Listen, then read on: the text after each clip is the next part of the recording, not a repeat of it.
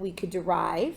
You might not be as successful on this one trying to derive it, but why don't you pause the video and give it a shot and see what you think. See what you think and see if you can get an idea. Now, whoever came up with this was really creative and really persistent. The idea is that every function can be integrated because this is the derivative of something, and we know how to take the derivative of all functions. There's a couple you guys haven't learned yet, but the reality is there's a formula to take a derivative of every single function. So we know this antiderivative exists. However, what is it? Well, I will take zero credit for this. I learned from the wisdom of others, but I don't know who originally derived this. But here's the proof of this. If I want to take the integral of secant x, you maybe explored this a little bit and were unsuccessful. You maybe tried like 1 over cosine of x and found it led nowhere, which is kind of what happened to me when I first tried proving this on my own the first year that I was trying to teach this. And I actually had to look it up. I couldn't figure it out. But what we're going to do here is we're going to rewrite secant x in a very unusual way. Remember that for any expression, we can multiply it by a form of 1. And 1 could be multiplied by, or could be written in an infinite number of forms if we just think of 1 as the same quantity on the numerator as it is on the denominator. The same quantity on the numerator as it is on the denominator. And what we're going to do is we're going to multiply secant of x by secant of x plus tangent of x over secant of x plus tangent of x. What? You're probably like, where the heck did that come from? I think as we do the problem, you'll start to see why this was chosen, but it's not super obvious. Now, you might want to think of this secant of x as being a value on a numerator, okay? That might help. Similar to what we've been doing on some of the other problems, I'm going to let u equal the denominator here. Well, then du would equal, let's see, the derivative of secant is secant x tangent x, and the derivative of tangent is secant squared x, and all of this is dx. And you might go, well, that doesn't seem to help because I don't see that here. However, if on that numerator you distribute, the denominator would be secant of x plus the tangent of x. We have this dx. I would get secant x times secant x, which is secant squared x. Now I could put that either before or after the addition sign. I'm going to put it after to try to make it just be more easily identifiable for you guys. And then secant x times tangent x. I'll write that before the plus sign just to help us identify that this is a direct match. And all of this numerator can be replaced by du. This is the integral then of du. And my expression on the denominator was u. So this is 1 over u needing to be integrated, which is the natural log of the absolute value of u plus c, which is the natural log of the absolute value of the secant of x plus the tangent of x plus c. And this is another formula that you will be wanting to memorize. Now, in the future, when you see integral of tangent of x, integral of secant of x, you should not rederive these. You should use these formulas that are going to be spelled out for you on the next page. Okay, there's no intention here for you to rederive it over and over and over again. Now that we have proven the formula, you get to use the formula. So some of these you already knew. You already knew that the integral of sine is negative cosine, and that the integral of cosine is the positive value of sine plus c on both of those. I didn't say that. We just proved this one in example 5. I'd like you to compare that one to this right here. And I'm going to make the case that there's no need to memorize both of these. If you can understand that the integral of tangent and cotangent are very closely related because they're cofunctions, I think you're not going to feel the need to memorize the integral of cotangent. Just like sine and cosine are very similar patterns, but one has a negative and one doesn't, same thing here. The integral of tangent has a negative, the integral of cotangent does not. The integral of tangent is cosine, the integral of cotangent is going to be sine inside the absolute value. In a similar fashion, We just proved this integral in example 6. I'm going to make the argument that there's no need to memorize this one if you can just understand the pattern changes. The integral of secant did not have a negative. The integral of cosecant does.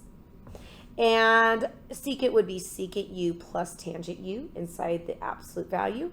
We're just going to do those co-functions over here. Instead of secant u, we'd have cosecant u. Instead of tangent of u, we will have cotangent of u. Don't forget the plus c. Now that you know the formulas, there is no need for you to rederive them. You should, however, think about u substitution. If the argument, this is similar to what we saw earlier, if the argument is not going to just have a derivative of 1, you are going to need to consider u substitution. du is equal to twice dx. I have dx here, I just don't have this 2. So I'm going to divide both sides by 2 to cancel that 2. So this could be rewritten as 1/2 of the integral of the cosecant perhaps, of u du. So this would be 1/2, and now I'm going to just look at my formula. There's a negative. Natural log of the absolute value of the cosecant of u plus the cotangent of u plus c. And u is really 2x. And so I just have a rewrite here at the end. Now, some of you guys are ready to understand that when you have a derivative of the inner function, that's going to be twice dx, that you're just going to need to cancel it, resulting in a 1/2 out front. Think of it this way. Integrals are undoing derivatives. If the derivative here would multiply by 2, you should divide by 2 to cancel it out because you're doing an integral. You need to undo the division, undo the multiplication. So it's okay to know that and to skip some of the formality of u substitution. This extra practice is optional, but if you're feeling like you'd like to see some more examples, here they are. On this one, I'm going to let u equal the denominator. So du is equal to secant squared of x dx. This would then be the integral of 1 over u du. So this could be integrated as the natural log of the absolute value of u plus c. Remember, u is just tangent of x. Number 2, and again, any of these, I encourage you, pause the video, try them on your own first. If you let u equal 1 minus the sine of x, then du is equal to the negative cosine of x dx, almost a match. I just don't want that negative to be here so that I can do a really nice direct substitution. The cosine of x dx is going to be replaced by the negative du. Notice the integral symbol still here, and this is 1 over u. So this would be the negative natural log of the absolute value of u plus c, and I'm just going to replace u with 1 minus the sine of x.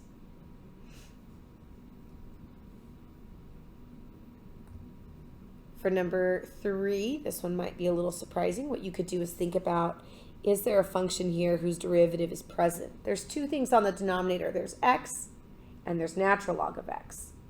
If you let u equal the natural log of x, du is 1 over x dx, which will replace all of that. So this would be the integral of du, and then 1 over u. So this is the natural log of the absolute value of u plus c, but u is the natural log of x. I know that answer looks weird. Number 4. If you let u equal the denominator, you might go, oh, this isn't quite what I thought I was hoping it would be. It gets rid of maybe part of this, but not all of that numerator. So I'm going to think about this one in a unique way. I'm going to recognize that when there's division, that each of these terms are being divided by cosine. Well, sine x divided by cosine x is tangent of x. And also cosine of x is being divided by cosine of x with a minus. And both of these are being integrated. Now, you didn't have to split this into 2 integrals. I just saw it that way. It's up to you. This one's a formula. This is the negative natural log of the absolute value of the cosine of x. And the integral of 1 is x. We have a minus in front of it. Don't forget plus c at the end. That will make Earl cry. It feels like maybe we already did number 5. Did we? We already did number 5. So if you'd like to do number 5, again, you can compare it to the answer in number 3, but this is the natural log of 1 plus 2 root x plus c. The reason I'm using parentheses instead of absolute values is because my argument's going to already be positive. Don't get too stressed about that yet. We're going to practice that a ton. Number 6, I'll let u equal the denominator. So then du is equal to e to the x dx, which will replace my numerator. And I have 1 over u for the denominator. So this is the natural log of the absolute value of u plus c. U is 1 plus e to the power of x, but wait, e to the x is always positive. 1 is positive. A positive plus a positive is always positive, which is why I'm going to write parentheses instead of absolute value. You might ask, do I have to write parentheses instead of absolute value? The answer is yes. But the answer is you're going to have an opportunity to explore that a lot more and ask a lot of questions. So try not to get too stressed about that right now. And as time goes on, you have more practice, you'll see that more clearly. That's the end of our video.